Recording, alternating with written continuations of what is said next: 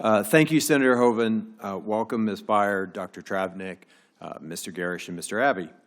This is our fourth nominations hearing this year, and although the breadth of responsibilities of the offices that we are considering is narrowing as we move on, their importance is not diminished. We meet this morning to consider 3 assistant secretaries and the administrator of the Energy Information Administration. Each of these offices we are considering carries with it enormous responsibilities of the utmost importance to the members of this committee and to the American people. Ms. Beyer has been nominated to be the Assistant Secretary of the Interior for Land and Minerals Management. If confirmed, she will oversee 4 of the principal offices of the Department of Interior: the Bureau of Land Management, the Bureau of Ocean Energy Management, the Bureau of Safety and Environmental Enforcement, and the Office of Surface Mining. All told, she will oversee more than 244 million acres of land that belongs to the public, 700 million acres of onshore mineral estate, 3.2 billion acres of the Outer Continental Shelf, 30 national monuments, 25 national conservation areas. It will be her job to both preserve and protect our public lands and to provide for the development of their natural resources in a safe and environmentally responsible way. Dr. Travnik has been nominated to be the Assistant Secretary of the Interior for Water and Science. If confirmed, she will oversee 2 of the oldest bureaus in the department, the Geological Survey and the Bureau of Reclamation. The Geological Survey is one of our nation's oldest and most respected scientific institutions, and it is our principal source of knowledge about our lands and waters, our mineral wealth, and the natural hazards we face. The Bureau of Reclamation oversees the water supplies upon which millions of Americans in 17 western states depend. It manages nearly 500 dams and nearly 300 reservoirs.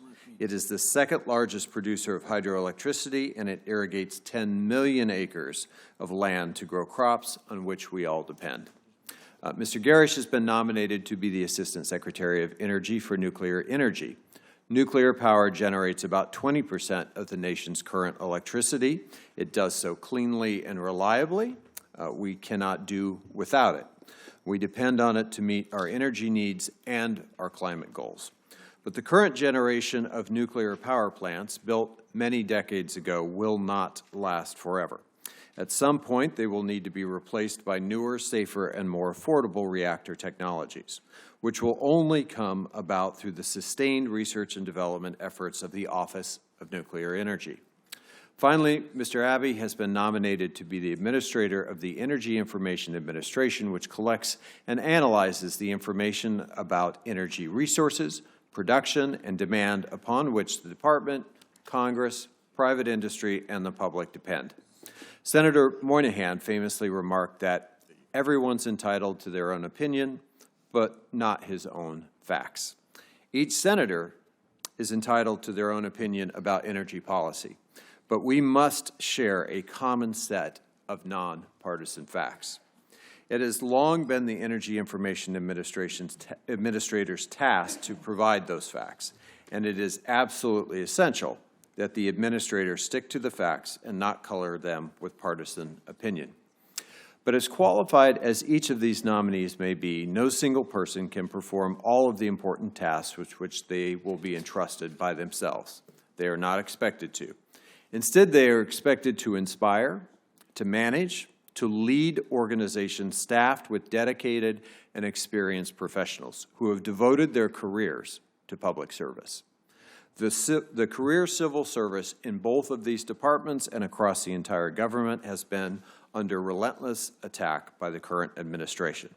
So the fundamental question I have for each of the nominees this morning is whether, if you are confirmed to these positions of public trust, you will support and defend, rather than demolish, the offices and programs entrusted to your care, and if you will faithfully execute the authorities delegated to you by Congress and follow the laws as interpreted by the courts.